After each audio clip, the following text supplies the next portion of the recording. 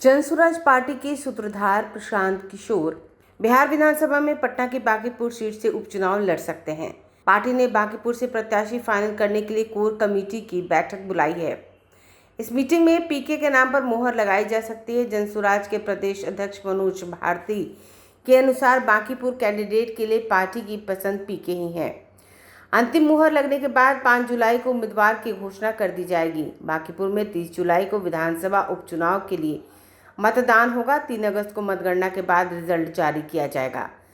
Bharatiya Janata party के राष्ट्रीय अध्यक्ष नितिन नवीन के विधायक पद से इस्तीफे से यह सीट खाली हुई थी। जनसुराज पटना के बांकीपुर विधानसभा क्षेत्र में कई दिनों से सक्रिय हैं।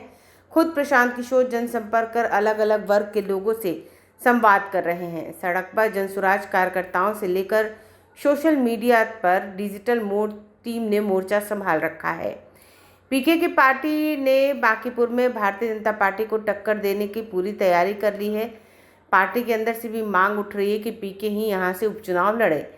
जनसुराज पार्टी के प्रदेश अध्यक्ष मनोज भारती ने पटना में आयोजित प्रेस कॉन्फ्रेंस में कहा कि बांकीपुर की यह जनता यह मांग कर रही है कि जनसुराज की तरफ से प्रशांत किशोर को यहां से चुनाव लड़ाया जाए।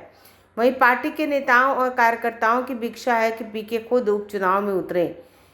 पीसी में पार्टी के बांकीपुर प्रभारी रामबली चंद्रवंशी वरीय नेता उपस्थित थे। प्रशांत किशोर खुद बांकीपुर से चुनाव लड़ने के लिए पूरी तरह तैयार हैं। उन्होंने वैशाली में मीडिया से बातचीत में कहा कि उम्मीदवार के बारे में पार्टी फैसला लेगी। अगर पार्टी का निर्णय करेगी तो मैं ही लड़ूंगा। वहीं पिछले दिनों प्रशांत किशोर ने पत्रकारों के सवाल का जवाब देते हुए कहा था कि भाजपा का किला ढहाने के लिए कुछ और करना होगा वो करेंगे। अगर उन्हें खुद चुनाव लड़ना पड़ा तो भी लड़ेंगे। सम्राट चौधरी के रूप में बिहार में भाजपा का पहला मुख्यमंत्री बनने के बाद पहली बार विधानसभा उपचुनाव होगा। इस चुनाव को सम्राट के चेहरे की सीएम के रूप में स्वीकार्यता की परीक्षा के रूप में देखा जा रहा है।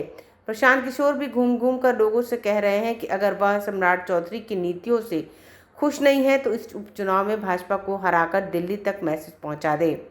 प्रशांत किशोर बिहार विधानसभा चुनाव 2025 में खुद नहीं लड़े थे। चुनाव से पहले उनके रोहतास जिले के करगहर और वैशाली जिले की राघोपुर सीट से प्रत्याशी के रूप में नाम चला था, मगर तब भी नहीं लड़े। पिछले साल के विधानसभा चुनाव में जनसुराज पार्टी ने राज्य की लगभग सभी सीटों पर प्रत्याशी उतारे, लेकिन एक पर भी जीत नसीब नहीं हो पाई थी। चुनाव आयोग ने बांकीपुर समेत देश भर की 3 विधानसभा सीटों पर गुरुवार को उपचुनाव की घोषणा की।